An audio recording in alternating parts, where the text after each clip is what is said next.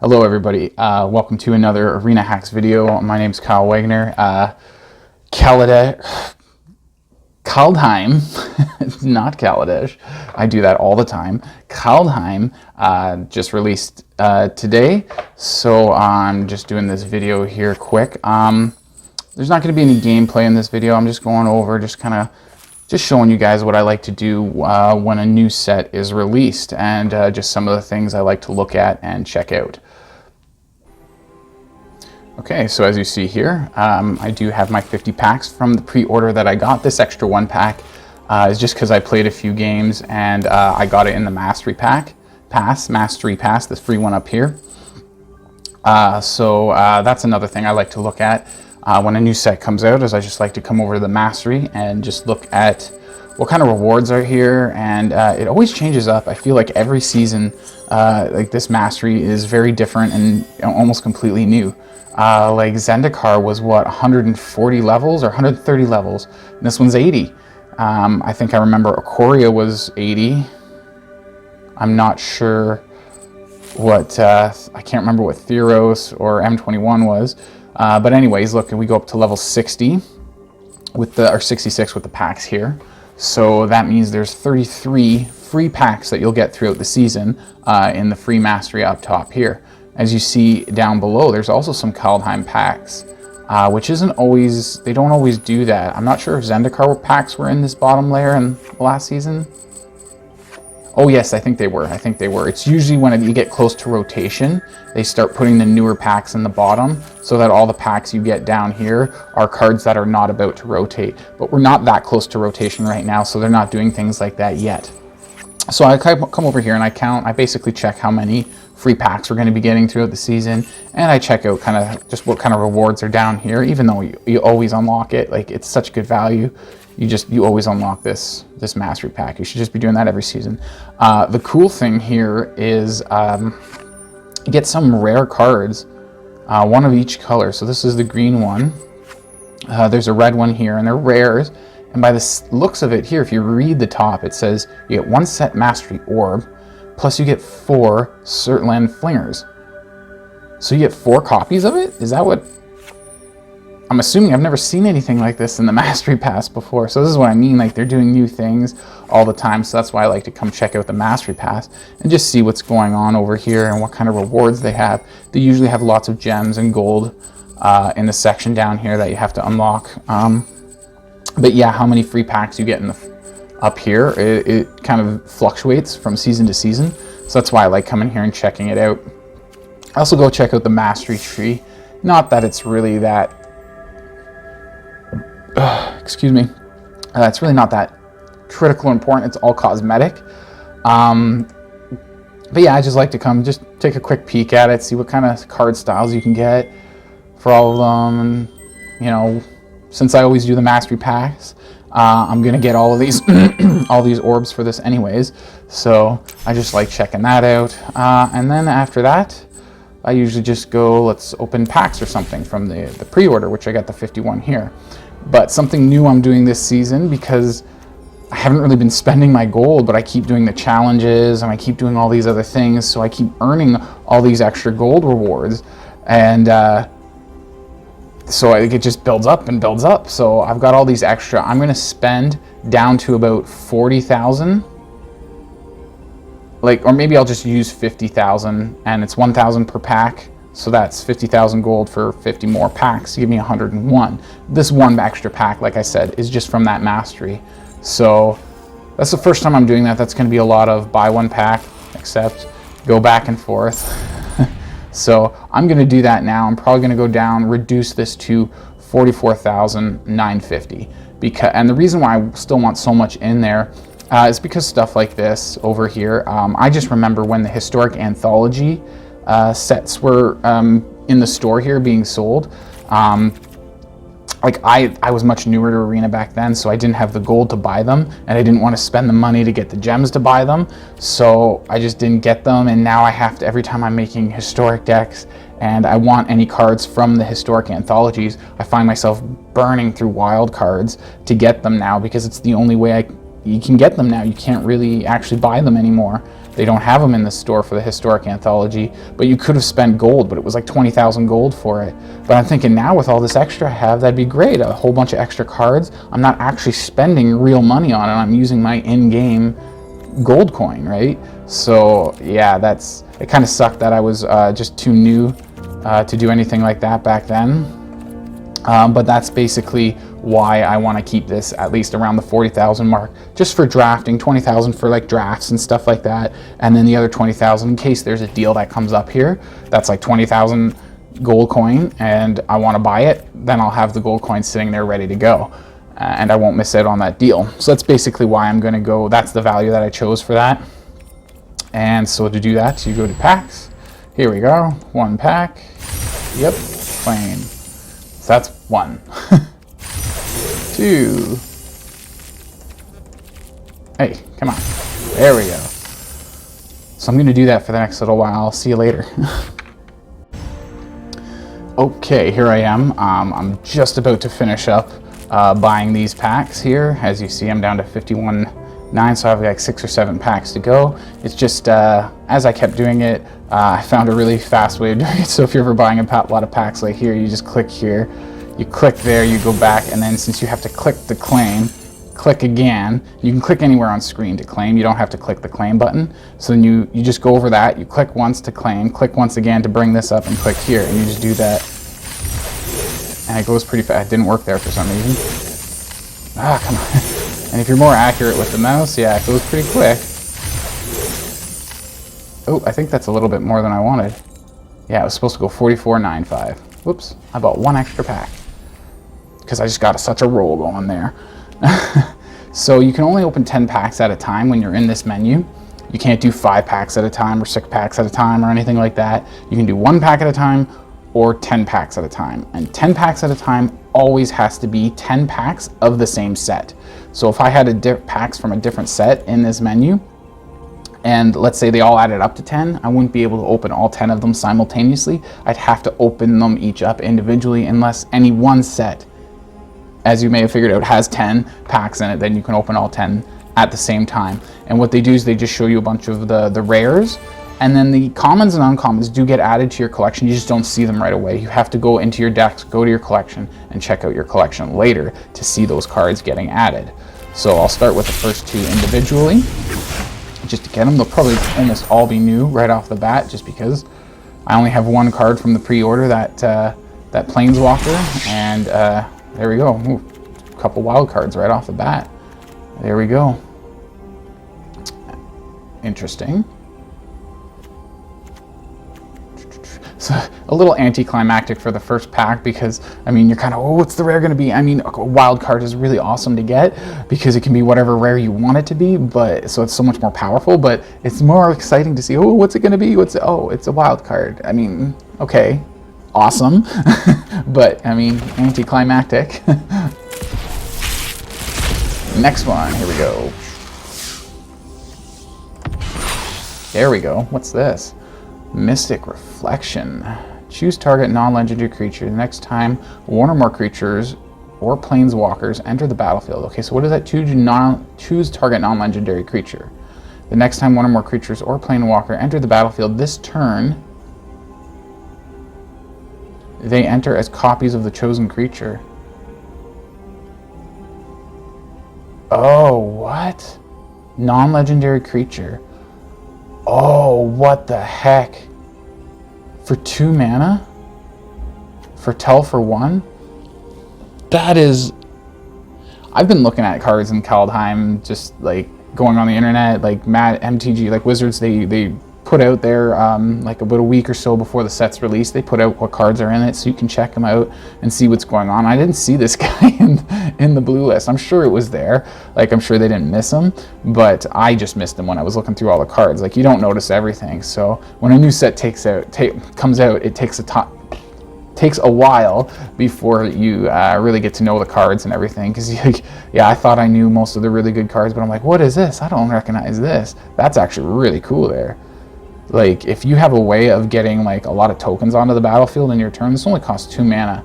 So if you're later in the game, you create a whole bunch of little 1/1 tokens somehow, and you cast this right before you do it, The next time one or more creatures or planeswalkers enter the battlefield, they enter as copies of the chosen creature.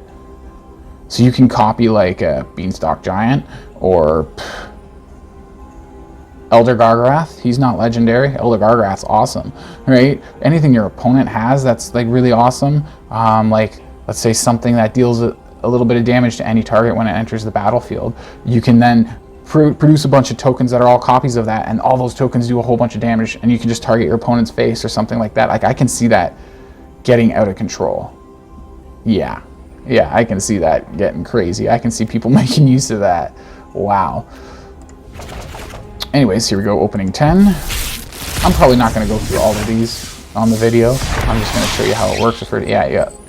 These wheels go around like, I didn't see that how many times they went around there. And you get all those wild cards added to your, I don't know what you call this, wild card pot? Wild card reservoir? That thing up there. Anyway, so here we go, all the rares and mythic rares. Or dies, exile a creature from grave. Each creature you control other than, okay. Enters the battlefield or dies, exile another creature card from your graveyard. If you do, 1/1 counters on everybody, except Resplendent Marshal. Interesting. Seen this guy before. Yeah, so I'm not going to spend too much time just reading through all of these. Yeah, this guy, some of them are weird. Some of these green ones, like the World Tree, I find a weird one too. Rather clunky and everything. The good thing about this guy is he basically comes back twice. He is kind of clunky on how he comes back if you read it through. When he dies, if it was a creature, how is he not a creature? If it was a creature, return it to the battlefield. Oh, he comes back. Return it to battlefield. It's an aura enchantment with Enchant Forest you control. Okay, Enchanted Forest has add 2 mana, tap to add 2 mana, and it has pay 1 generic and tap to sacrifice this land and create your, basically this guy comes back as a token though, so when token dies, you don't get to do all this other stuff. There's some of those modal double face lands, black-green right there. Those are going to be good. Yeah, a bunch of other real cool stuff. Hey, this guy's indestructible and he can't be countered. That's a little busted. I mean, indestructible can get around. It's harder. And it can't be countered. That pisses off control players like crazy. Tax each combat if able.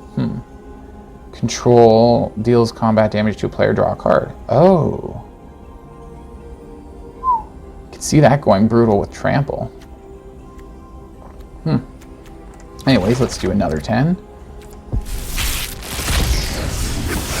That's a watch these. Oh, that's so cool. I love seeing that. Here's a mythic rare wild card. That's pretty cool. Some sagas. Another one of these guys. Another one of these guys. What the heck is this thing? It's a land, a utility land. Target legendary becomes a god in addition to its other types. Put a 1/1 counter on it. Target legendary creature becomes a god in addition to its other types. Okay. Put an indestructible counter on target god. Wow. Okay. That's pretty cool. Tigrid, or Tergrid, however you pronounce that. That's pretty cool. I actually saw somebody playing, they somehow got access to these cards early. I'm not sure how they do that. I should really get on that and figure it out so I can start making videos like that too. I'm just new with this channel's still really new, so I still have to figure out some stuff like how do those guys do that? They get early access to some of this stuff. But yeah, like I remember this guy did a lot of work on the battlefield in those games he played. It's really cool because you can take control of a permanent that they sacrifice, and you can make them sacrifice stuff too. Non-token permanent, you may put that card from a graveyard onto the battlefield under your control whenever an opponent sacrifices a non-token permanent. And if you get both of these, because you can play them, they're both legendary, but you play one on one side, one on the other side. Now you can have them both on the battlefield. That's the really cool thing about these modal double-faced legendaries that they did in Kaldheim here, right? You play one side, and then you get another copy in your hand. You just play it on the other side, right? And then you have one of each on the battlefield. And there are other ways to force your opponents to sacrifice stuff as well. It's a lot of good removal. There's a lot of good removal that forces your opponents to sacrifice creatures. So that being said, like, yeah, you can get some really good synergy with this guy going, making them sacrifice their best creature, and then you say, yeah, I'll bring it back under my control, thank you, I'll just take that. Now it's on my side. Nice Dream Trawler or something, because you can discard a card to give Dream Trawler hexproof. But if you're forced to sacrifice a creature, hexproof doesn't do anything against that, because you are the one sacrificing it. The spell is targeting the player is sacrificing the creature. So there's lots of spells like that and things like that in the game that you can mix with this guy. It's like, yeah, I'll just make you sacrifice it and then I'll take it, thank you very much. A lot of these sagas, lots of reading there on what they do and how they all work, so I won't get too much into that now. Zombie Clear, here's a snow permanent, that's pretty cool. And we got all the snow lands, like I was looking at my collection earlier, they give you all basic snow lands just for free as part of the set. So yeah, we have all basic snow lands already, it's just given to us. And then we got these guys. Here's a different one, that's the third. Is it the third? Yeah, it's the third Dark Boar pathway I got so far. Right, okay, so that's 3 of them, thank you. 3 of those, now that's 3 wild cards on those lands I don't need to use. Now here we go, blue-green, first one of those double face lands. So some Foretell synergy there. Creature God, snow lands, snow stuff. Snow permanents, yeah, that's gonna be a big thing in this set too. I've never really been active in Magic the Gathering while there's been a snow set available. I remember when Cold Snap came out, and it was like they bringing snow permanents back from many years ago when Ice Age did it, which was a set. I'm not talking about the Ice Age, I'm talking about a set in Magic the Gathering called Ice Age. This is a cool one, I can't remember what it does, but I remember thinking, hey, it's really cool. Choose a creature type. Whenever you cast a spell of the chosen type, copy that spell. A copy of a permanent spell becomes a token. So you basically, yeah, you play a creature, you get a token that's a copy of that creature. That's pretty sick. Cast a spell of the chosen type. Yeah. Wow. And it's an enchantment. Pretty cool stuff.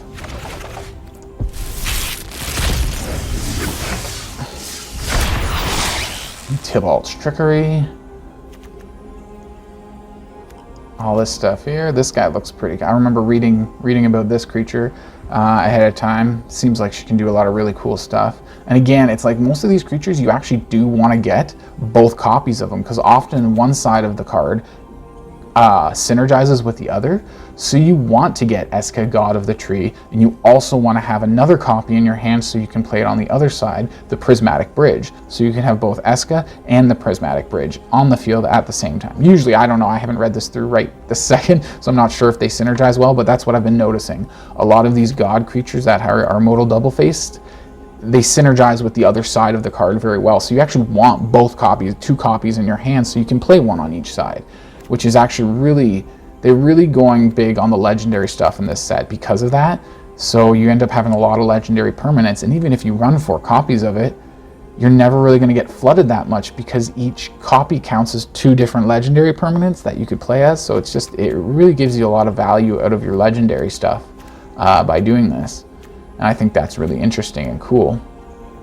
There's a white-blue land. There we go. Things like that, as you're getting cards and you're starting to learn about Kaldheim and how Kaldheim works and everything like that. These are all some things to be thinking about. Is that my 4th copy of that? That's my 4th copy of that. Wow. I'm only halfway through my cards. I got all 4 copies of these ones. 2 copies of these ones now. I'd really like to get all of them. That'd be nice. But then again, I do want lots of good rares and stuff too. This guy seems pretty cool. I remember reading about this guy earlier, and I know he synergizes pretty well with the equipment on the other side, right? So getting a couple copies of this in your hand wouldn't be bad. One on one side, one on the other. There's going to be a lot of interesting things coming with this set. Lots of angels and angel synergy. That's going to get crazy. Especially when you mix it with cards like Speaker of the Heavens, who can produce angel tokens. Like, it'll be really interesting to see how out of control some people can make their decks get. Anyways, I think I'm going to keep opening that, and other than that, I think that's basically all I do when a new set comes out. Those are the things I just look at, just quickly skim over the mastery and all that stuff, and just see what's coming up. Try to pay attention to the abilities and what things are new in the set too. Like, so for example, with Kaldheim here, we've got a lot of snow permanents.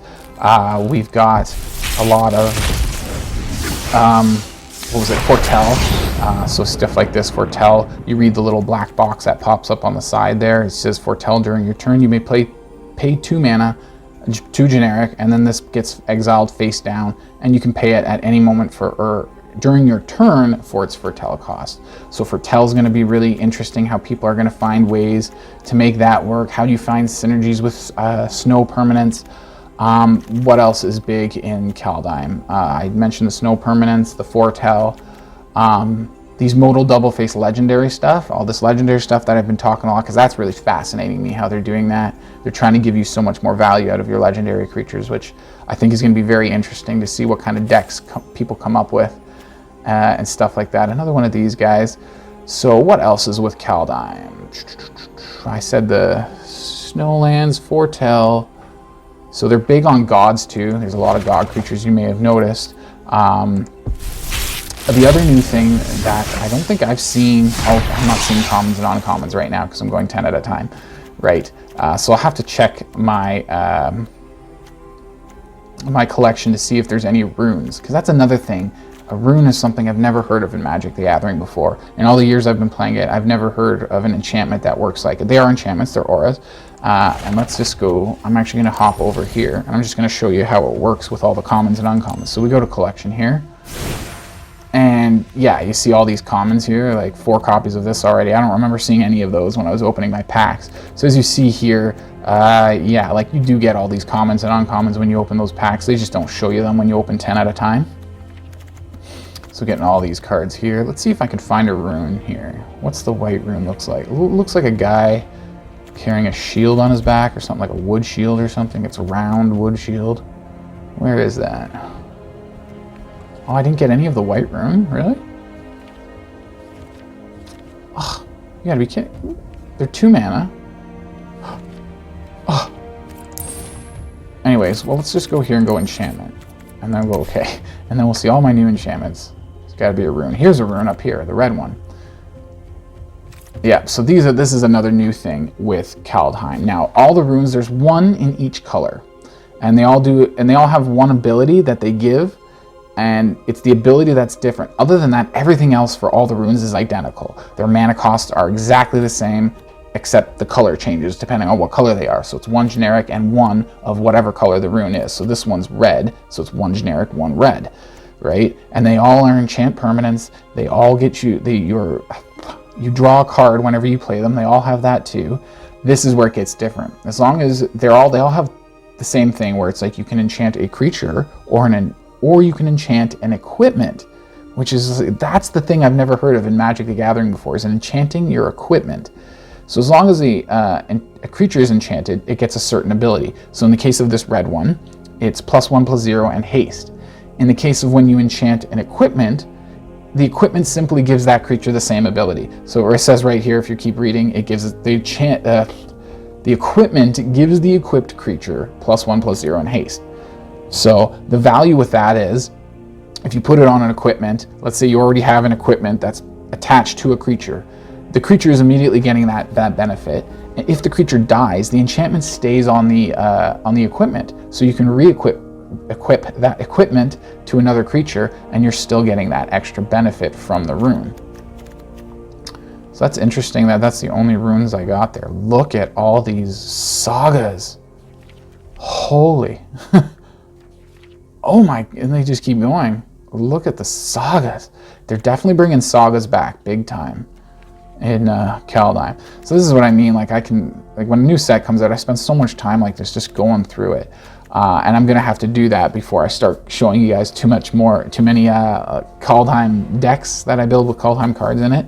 So it's like I have to learn about, like everybody else, we all have to experiment, play with these cards, get new ones and see how they work, how they synergize. So That being said, I think that's going to be it for this video. I basically showed you everything. I think I covered pretty much all the unique things that Kaldheim is bringing to Magic the Gathering in this upcoming season, or the season that just started now, I guess. But if you liked the video and you found it at all helpful, please hit the thumbs up and subscribe to the channel, and I will see you guys at the next video. Cheers.